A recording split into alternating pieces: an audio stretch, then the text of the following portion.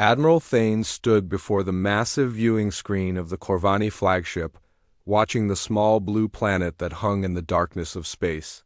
His fleet of 60 warships had been positioned at the edge of this star system for 3 months. Now, studying the world the locals called Earth, the beings who lived there called themselves humans, and by all accounts, they were nothing special. The Corvani Empire had ruled this section of the galaxy for over 2,000 years.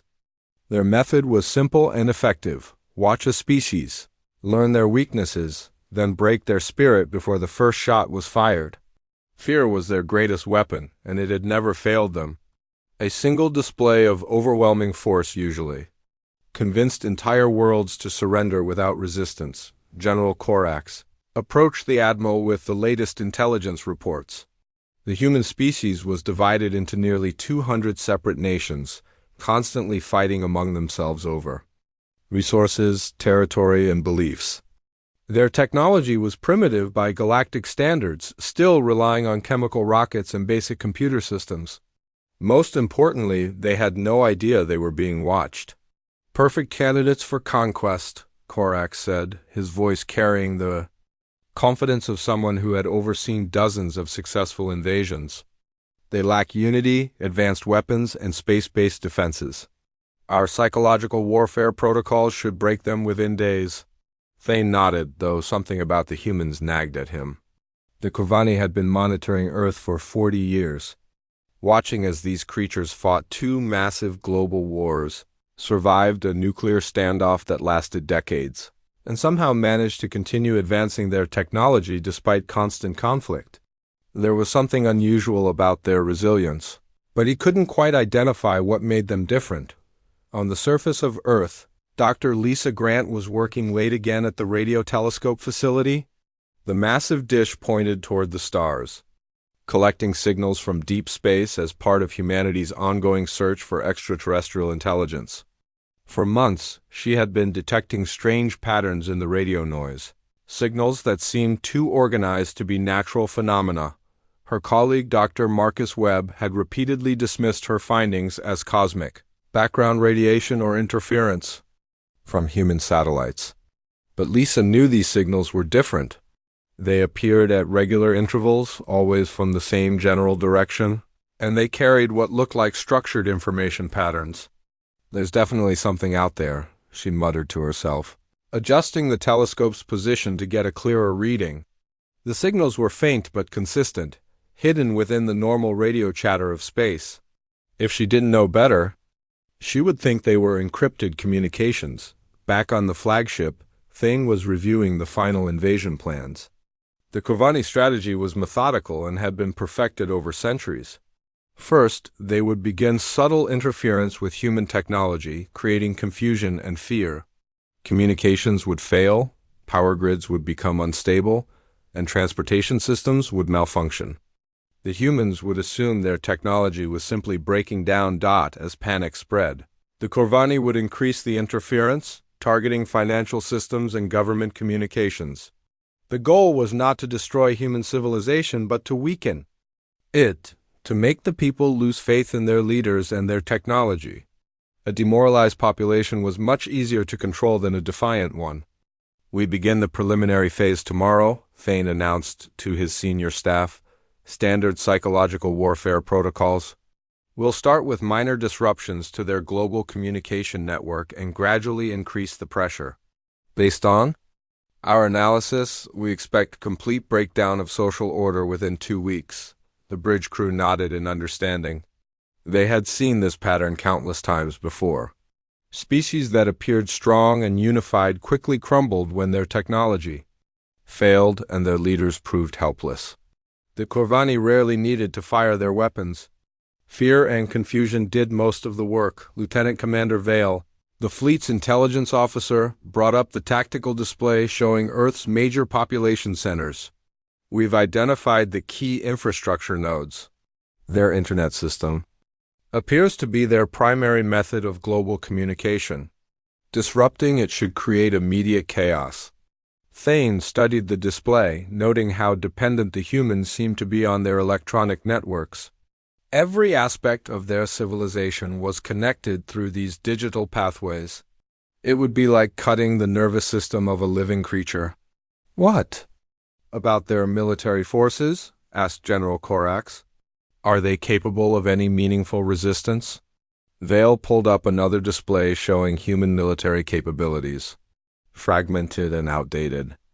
They have no unified command structure, no space-based weapons, and their most advanced fighters are centuries behind our technology. Some of their nations possess nuclear weapons, but they're terrified of using them against each other, let alone against an unknown threat. This was exactly what Thane had expected. The humans were so focused on fighting each other that they had never developed defenses against external threats. Their military doctrine was built around terrestrial warfare, not space combat. They would be helpless against even a small Corvani force. Down on Earth, Lisa was making another troubling discovery. The signal patterns she had been tracking were becoming stronger and more frequent. Whatever was generating them was getting closer or increasing its transmission power. She had managed to isolate several distinct communication channels, each carrying different types of data. "Marcus, you need to see this," she called to her colleague who was working on calibrating other instruments. "The signals are definitely artificial. Look at this frequency analysis." Marcus walked over reluctantly, expecting to see another false positive. But when he looked at Lisa's data, his expression changed. The patterns were too complex and organized to be natural phenomena. They showed clear signs of encoding and structure that suggested intelligent origin. "This could be it," he said quietly. "This could be proof that we're not alone." Neither of them realized that they were picking up the edge of Corvani military communications. The alien fleet's transmissions were bleeding through their encryption protocols, creating the very evidence of extraterrestrial intelligence that humanity had been searching for. But instead of first contact being a moment of wonder and discovery, it was the prelude to humanity's greatest test. Admiral Thane gave the final order as the Corvani fleet moved into position. "Begin Phase 1. Let's see how quickly these humans break." The war had begun, though only one side knew it. The first disruptions began on a Tuesday morning when satellite communications across Europe started failing without warning. News networks found themselves unable to broadcast live feeds, financial markets struggled to process transactions, and airline pilots reported GPS navigation errors. The Corvani had begun their psychological warfare campaign. Expecting to see panic and confusion spread across human civilization, Admiral Thane watched from his command center as the interference patterns took effect. His technical teams had carefully calibrated the signals to create maximum disruption while appearing to be random system failures. The humans would think their technology was simply breaking down, leading to loss of confidence in their infrastructure and leadership. "Initial phase is proceeding as planned," reported Lieutenant Commander Vale. "We're seeing widespread communication failures across their primary networks. Their internet system is experiencing major slowdowns and connection drops." But something unexpected was happening on Earth. Instead of panic, the humans were adapting with remarkable speed. In London, tech entrepreneur David Kim was already organizing emergency response teams through backup communication channels. His company had been developing mesh networking protocols for disaster relief, and now he was deploying them across the city. "We can't rely on the main servers," David told his team as they worked frantically in their office. "But we can create local networks that connect to each other. If we can get enough nodes online, we can maintain communication even if the central systems fail." Within hours, London had a functioning alternative internet running on smartphones, tablets, and any device capable of wireless communication. The mesh network was crude compared to the normal internet, but it worked. Messages could still be sent, emergency services could still coordinate, and businesses could still operate. The same pattern was emerging across the globe. In Tokyo, engineer Tom Miller was working with local authorities to set up emergency power systems after the electrical grid started experiencing mysterious fluctuations. Instead of waiting for the main power company to fix the problems, neighborhoods began organizing their own backup generators and solar panel networks. "Every building should have its own power source," Tom explained to the city council. We can't depend on centralized systems if they're going to keep failing. We need distributed power generation that can work independently. The Corvani observers were puzzled by this response.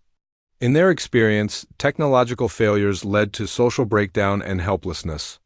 But the humans were treating each disruption as a puzzle to be solved rather than a disaster to be feared. Dr. Emily Chun, a computer scientist in San Francisco, was having the time of her life.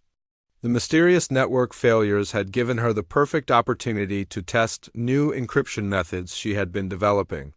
As traditional security systems failed, she was building new ones that were even more robust. These disruptions are actually helping us, she told her research team. They're forcing us to create better systems. Look at this new protocol I've developed. It's completely decentralized and can route around any kind of interference. Her encryption method was based on quantum principles that made it virtually impossible to crack. She had been working on it for years, but the current crisis had motivated her to perfect it in just days. The irony was lost on her that she was developing security measures that would eventually protect humanity from the very beings who had inspired their creation. General Korax was becoming increasingly frustrated with the lack of progress. Why aren't they breaking down? Every other species we've encountered has descended into chaos by now. These humans are actually getting stronger. The reports coming in from Earth were unlike anything in Corvani military history. Instead of social collapse, they were seeing unprecedented cooperation. Nations that had been enemies for centuries were sharing resources and technology. The European Union was coordinating with Asian countries to maintain global communications. Even rival corporations were working together to solve the technical problems. Captain Maria Santos aboard the International Space Station was coordinating with ground control using backup systems that had never been tested before. The primary communication satellites were unreliable, but the crew had managed to establish contact using amateur radio operators around the world. This is actually bringing U.S. together, Maria reported during one of her communications with Mission Control. We're talking to radio operators in dozens of countries. They're creating a global network just to help us maintain contact. I've never seen anything like it. The amateur radio community had indeed mobilized in ways that surprised even themselves. Operators who normally use their equipment for casual conversations were now relaying critical communications for governments, businesses, and emergency services. They had created an informal but highly effective global communication network that was completely independent of the systems being disrupted. Back on the Corvani flagship, Admiral Thane was studying the latest intelligence reports with growing concern. The humans weren't just surviving the technological disruptions. They were using them as motivation to build better systems. Every failure was leading to innovation. Every problem was being solved with solutions that were more advanced than what they had before. Sir, we're detecting some unusual developments, reported Vale. The humans are creating new technologies at an accelerated rate. Their communication networks are actually becoming more robust than they were before we started the interference. Thane reviewed the data with disbelief. The humans had developed mesh networking protocols that were more efficient than standard Corvani systems. Their distributed power generation was creating redundancies that made their infrastructure nearly impossible to disable. Most concerning of all, they were sharing these innovations freely with each other, making their entire civilization more resilient. This is not how psychological warfare is supposed to work, muttered General Korax. We're making them stronger, not weaker. The third week of disruptions brought even more surprising developments. Dr. Rachel Porter, a materials scientist, was working on creating more reliable infrastructure components when she accidentally discovered an alloy that was stronger than anything humanity had previously developed. The new material was a byproduct of her efforts to build components that could withstand the mysterious technical failures. I was trying to make circuit boards that wouldn't fail under any conditions, she explained to her laboratory team. But this new alloy is incredible. It's stronger than steel, lighter than aluminum, and it's resistant to electromagnetic interference. What Rachel didn't know was that her new material was actually superior to the hull plating used on Corvani warships. The electromagnetic interference she was protecting against was the same type of energy the aliens used in their weapon systems, the Corvani. Leadership held an emergency meeting to discuss their failing strategy. For the first time in their military history, psychological warfare was having the opposite of its intended effect. Instead of breaking human morale, it was strengthening human resolve. Instead of creating division, it was fostering unity. Instead of making them dependent on failing technology, it was inspiring them to create better technology. We need to change our approach, Admiral Thane announced. Standard protocols are not working. These humans are unlike any species we've encountered. They seem to thrive under pressure. But changing course would require admitting that the Corvani strategy had failed, something that had never happened before. The Empire's entire military doctrine was based on the assumption that all species would react the same way to technological disruption and fear. The humans were proving that assumption wrong. As the fourth week began, humanity had not only adapted to the mysterious technical problems, but had emerged stronger than ever. Global cooperation was at an all-time high. New technologies were being developed and shared at an unprecedented rate, and the resilience of human civilization had been tested and proven. The aliens had wanted to break humanity's spirit, but instead, they had revealed humanity's greatest strength, the ability to turn any challenge into an opportunity for growth. The Corvani escalated their attacks in the second month, targeting power grids and financial systems across the globe. Admiral Thane had authorized more aggressive interference patterns, hoping that hitting humanity's economic infrastructure would finally break their spirit. Banking systems crashed, stock markets froze, and electrical grids failed in rolling blackouts that should have caused mass panic. Instead, the humans responded with even more impressive adaptations. Tom Miller, the engineer who had started with emergency generators in Tokyo, was now leading a global initiative to create completely decentralized power systems. His designs were spreading across continents as communities realized they could become energy independent. "We don't need massive power plants," Tom explained during a video conference with engineers from 12 countries. "Every neighborhood can generate its own electricity. Solar panels, wind turbines, even small fusion reactors. If we distribute the power generation, no single failure can bring down the entire system." The fusion reactors Tom mentioned were not theoretical. Dr. Robert Hayes, working at a research facility in Colorado, had been struggling with fusion technology for years.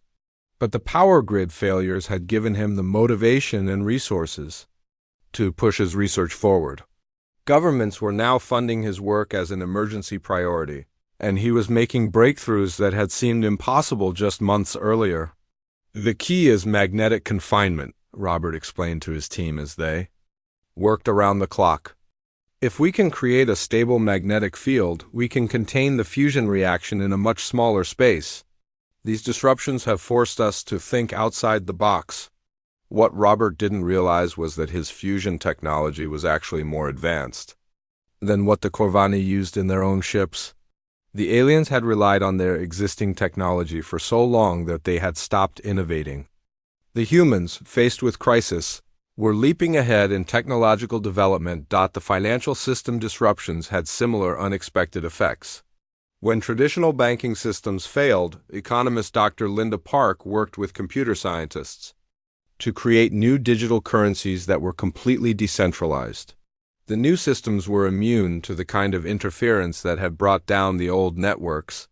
"We're creating money that no single authority can control or disrupt," Linda explained to a gathering of finance ministers from around the world.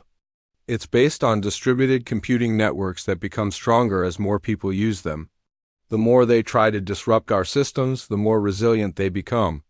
The irony was that humanity's response to the alien interference was creating exactly the kind of robust, distributed infrastructure that would be necessary for a spacefaring civilization.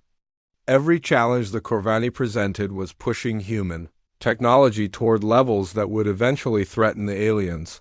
themselves. General Korax was becoming increasingly agitated as the reports continued to pour in. This is impossible. We've been disrupting their systems for 2 months, and they're stronger than when we started. Their technology is advancing faster than our intelligence can track. The Corvani had never encountered a species that treated technological failures as opportunities for improvement. Most civilizations became dependent on their existing systems and collapsed when those systems were disrupted. The humans seemed to view every disruption as a chance to build something better. Commander Vera Kozlov was leading an international space program that had emerged from the crisis. When satellite communications became unreliable, she had proposed building a new generation of satellites that could operate independently and maintain contact even under the worst interference conditions. "We're not just replacing what we lost," Vera explained to the Joint Space Council. "We're building something completely new. These satellites will be self-repairing, self-powered, and capable of creating their own communication networks. Even if someone tries to jam them, they'll adapt and find new ways to communicate." The new satellite design incorporated Dr. Rachel Porter's electromagnetic resistant materials and Dr. Emily Chian's quantum encryption protocols. Without knowing it, humanity was building a space-based infrastructure that would be nearly impossible for the Corvani to disrupt. Meanwhile, the global cooperation that had emerged from the crisis was creating unprecedented scientific collaboration. Researchers who had never worked together before were sharing data and resources. The mysterious technical failures had convinced world leaders that they faced a global threat that required a unified response. Tech entrepreneur Alex Thompson had coordinated the creation of a worldwide disaster response network. His system could instantly connect emergency services, relief organizations, and volunteer groups across the globe. What he thought was preparation for natural disasters was actually creating the foundation for planetary defense. "We need to be ready for anything," Alex told a gathering of emergency response coordinators. "Climate change, natural disasters, technological failures, maybe even threats we haven't imagined yet. This network will make sure we can respond quickly and effectively to any crisis." The network Alex had created was more sophisticated than the communication systems used by the Corvani military. It could instantly coordinate responses across multiple continents, share resources in real time, and adapt to changing conditions automatically. Dr. Lisa Grant was still monitoring the mysterious radio signals, but now she had much better equipment. The crisis had led to increased funding for space research, and she was using new radio telescopes that were far more sensitive than the old ones. She was getting clearer readings of the alien communications, though she still didn't understand what they were. "The signals are definitely coming from multiple sources," she reported to the International Space Monitoring Committee. "They're coordinated, structured, and they're getting stronger. Whatever is out there, it's watching us." Her colleague Dr. Marcus Webb had been working on translation algorithms, trying to decode the patterns in the signals. His work was being supported by artificial intelligence systems that had been developed during the crisis to help manage the complex logistics of global cooperation. "I think they're military communications," Marcus said during one of their late-night research sessions. "The patterns suggest command structures, status reports, and tactical coordination. But if they're military signals, who are they fighting?" The answer, of course, was that they were fighting humanity, though the humans remained unaware of the conflict. The Corvani communications that Lisa and Marcus were intercepting were increasingly frustrated reports about the failure of their psychological warfare campaign. Lieutenant Commander Vale was preparing another intelligence briefing for Admiral Thane, and the news was not good. "Human technological advancement has accelerated beyond our projections. They're developing fusion power, quantum computing, electromagnetic resistant materials, and distributed network architectures. Some of their innovations are superior to our own technology." Thane studied the reports with growing alarm. The humans had not only survived the Corvani attacks, but had used them as motivation to advance their civilization by decades in just a few months. They were becoming the kind of technological threat that the Corvani Empire had never faced before, How is this possible? Thane asked. Every other species we've encountered has been weakened by technological disruption. These humans are strengthened by it. Vale had been studying human psychology and culture, trying to understand their unusual response to crisis. They have a concept they call adversarial growth. They believe that challenges make them stronger. When their systems fail, they don't just repair them, they rebuild them better than before. This was a completely alien concept to the Corvani. Their civilization had achieved dominance through overwhelming force and had maintained it through technological superiority. They had never needed to innovate under pressure because they had never faced serious challenges. The humans were revealing the weakness in the Corvani approach. As the third month of interference began, humanity was no longer the same species the Corvani had started observing. They had become more unified, more technologically advanced, and more resilient than ever before. The mysterious technical failures that were meant to break them had instead forged them into something entirely new. The aliens had wanted to weaken humanity before their invasion, but instead they had accidentally created the most dangerous opponent they had ever faced. The emergency council meeting aboard the Corvani flagship was unlike anything in the Empire's history. Admiral Thane stood before the assembled commanders, holding intelligence reports that seemed to describe an impossible situation. After 3 months of psychological warfare, humanity was not only surviving but thriving in ways that defied all military doctrine.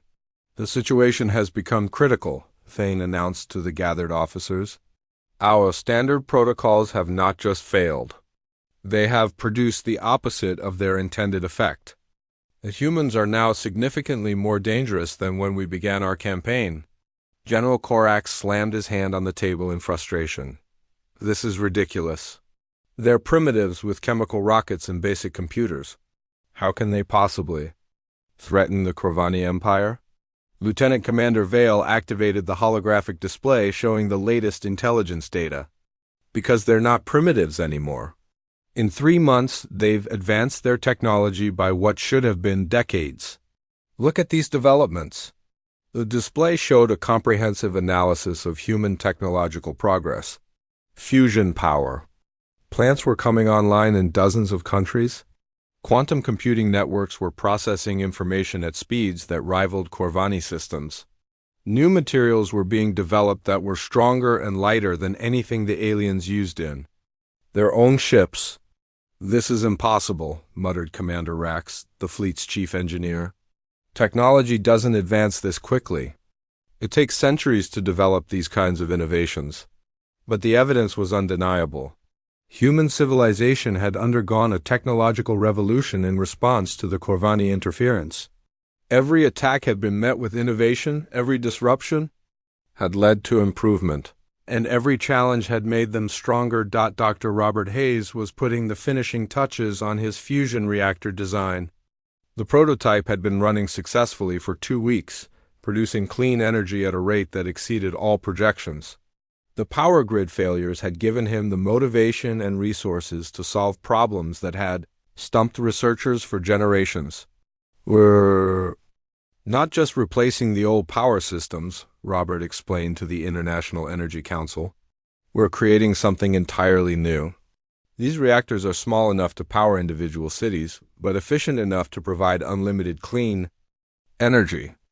We could power the entire planet with just a few dozen of these units. What Robert didn't mention was that his fusion technology was also capable of powering spacecraft.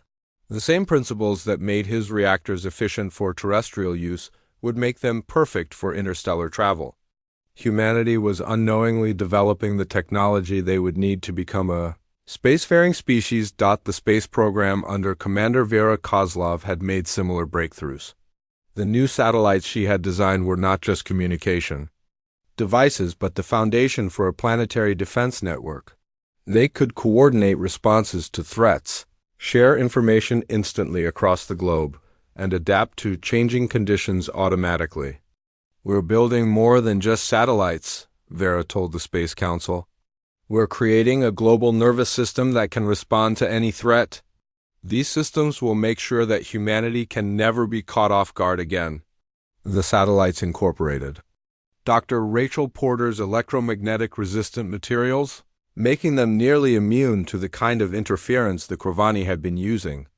They also used Dr. Emily Chun's quantum encryption, making their communications virtually impossible to intercept or decode. Back on the Corvani flagship, the implications of human technological progress were becoming clear. The species they had intended to conquer was rapidly developing the capability to defend itself against galactic-level threats. Even worse, they were doing it through cooperation and innovation rather than conquest and domination. Their approach to technology is completely different from ours, observed Vale during a strategy session. We develop weapons to control others. They develop tools to protect themselves and their communities. Their technology is defensive but incredibly robust. Admiral Thane was studying tactical projections that showed various invasion scenarios. Every analysis came to the same conclusion. A direct assault on Earth would now be extremely costly and possibly unsuccessful. The humans had developed distributed infrastructure that would be nearly impossible to disable completely. They have no centralized command structure to target, reported the tactical officer. Their power generation is distributed across thousands of small plants. Their communication networks are redundant and self-healing. Their industrial capacity is spread across multiple continents. Even if we destroyed their major cities, their civilization would survive. This was a completely new type of opponent for the Corvani. Every species they had previously conquered had centralized governments and infrastructure that could be targeted and destroyed. The humans had accidentally created a civilization that was nearly immune to the kind of warfare the Corvani specialized. Meanwhile, the global cooperation that had emerged during the crisis was creating unprecedented scientific advances. Dr. Linda Park's economic systems had evolved into something that could coordinate resources across the entire planet. Supply chains that had been disrupted by the interference were now more efficient than ever before. We've created an economy that can't be broken, Linda explained to the World Economic Forum. When one region experiences problems, the others automatically compensate. Resources flow to where they're needed most, and production shifts to maintain stability. It's like a global immune system. The economic system Linda described was more sophisticated than anything the Corvani had developed.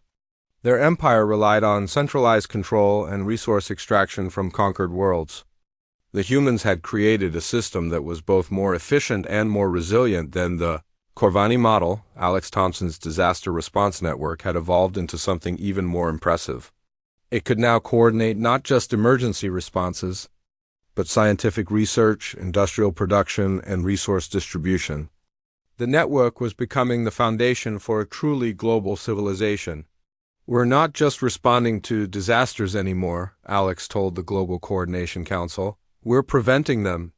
This network can predict problems before they happen and automatically deploy resources to solve them. It's like having a crystal ball that also has the power to change the future. The network Alex had created was essentially a planetary defense system disguised as a disaster response tool. It could coordinate responses to any threat, whether natural or artificial, and adapt to changing conditions in real time. Dr. Lisa Grant was finally beginning to understand the signals she had been monitoring. With the help of improved artificial intelligence systems and international cooperation, she was making progress in decoding the alien communications. What she was discovering was alarming. These are definitely military communications, she reported to the Global Defense Initiative, a new organization that had emerged from the crisis. They're coordinating fleet movements, discussing tactical options, and reporting on the effectiveness of some kind of operation. I think we're being watched by a hostile force. Her colleague Dr. Marcus Webb had made even more disturbing discoveries. The timing of these communications correlates with our technical failures. I think someone has been deliberately interfering with our systems. This might not be random equipment failure, it might be an attack. The possibility that the mysterious technical problems were actually acts of war was beginning to dawn on human leadership. The Global Defense Initiative was quietly preparing for the possibility that Earth faced an extraterrestrial threat. General Korax was pushing for immediate invasion before the humans could advance any further. Every day we wait, they become stronger. We need to attack now before they develop space-based weapons. But Admiral Thane was beginning to understand something that his military colleagues could not grasp. The humans were not just developing better technology, they were developing a completely different approach to civilization. They were becoming something that the Corvani Empire had never encountered before. Look at their response to our attacks, Thane said during a command meeting. They didn't militarize, they cooperated. They didn't centralize power, they distributed it. They didn't develop weapons, they developed resilience. They're becoming immune to conquest. The Corvani had spent centuries perfecting the art of psychological warfare against species that responded to threats with fear and aggression. But humans were responding to threats with innovation and cooperation. They were becoming stronger, rather than weaker, more unified rather than divided. As the fourth month of the campaign began, the horrifying truth was becoming clear to the Corvani leadership. Their psychological warfare had not weakened humanity. It had accidentally created the most dangerous opponent they had ever faced. The humans were becoming a threat to the very existence of the Corvani Empire. The aliens had wanted to break humanity's spirit, but instead they had forged it into something unbreakable. The decision that would change galactic history was made in the quiet of Admiral Thane's private quarters aboard the Corvani flagship. For the first time in 2,000 years of empire, a Corvani fleet commander was preparing to recommend retreat, without firing a single shot. The intelligence report spread across his desk told a story that seemed impossible, yet the evidence was undeniable. Humanity had not just survived the Corvani psychological warfare campaign, they had transformed it into the greatest period of advancement in their species' history. Every attempt to weaken them had made them stronger. Every challenge had sparked innovation, and every crisis had brought them closer together as a unified civilization. The final straw had come that morning with Lieutenant Commander Vale's latest report. The humans had successfully tested their first fusion-powered spacecraft, capable of reaching significant fractions of light speed. Dr. Robert Hayes had not only solved the problem of terrestrial fusion power, but had accidentally created the foundation for interstellar travel. The propulsion system is remarkably efficient, Vale had reported. Based on our analysis, they could reach the nearest star systems within decades rather than centuries. They're on the verge of becoming a spacefaring species. Admiral Thane understood the implications immediately. A species that could travel between stars was a species that could threaten the Corvani Empire itself. The humans were no longer just primitives to be conquered. They were becoming potential rivals for galactic dominance on Earth. The fusion-powered spacecraft test had been celebrated as a breakthrough in space exploration. Commander Vera Kozlov stood in the Mission Control Center, watching as humanity's first interstellar-capable vessel completed its test flight around the Moon. The journey that should have taken days had been completed in hours. "This changes everything," Vera said to her international team of engineers and scientists. "We're not just exploring space anymore, we're opening the door to other worlds. With this technology, we could establish colonies around other stars within our lifetime." The spacecraft incorporated every innovation that had emerged from the mysterious technical crisis. Dr. Rachel Porter's electromagnetic resistant materials formed the hull.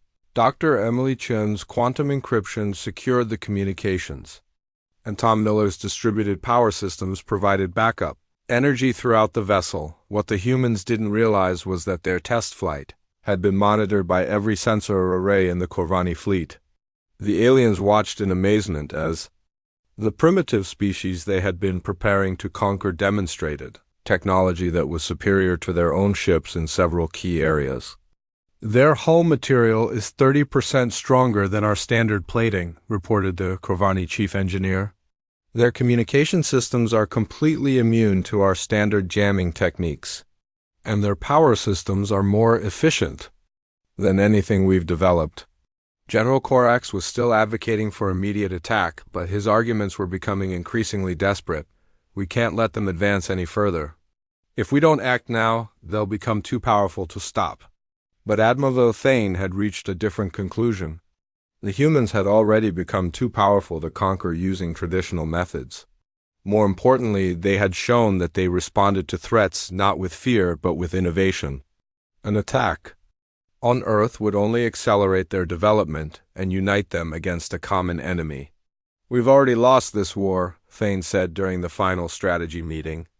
"Not because they defeated us in battle, but because we created the very enemy we were trying to prevent. Our psychological warfare turned a divided, primitive species into a unified, advanced civilization." The data supported his assessment.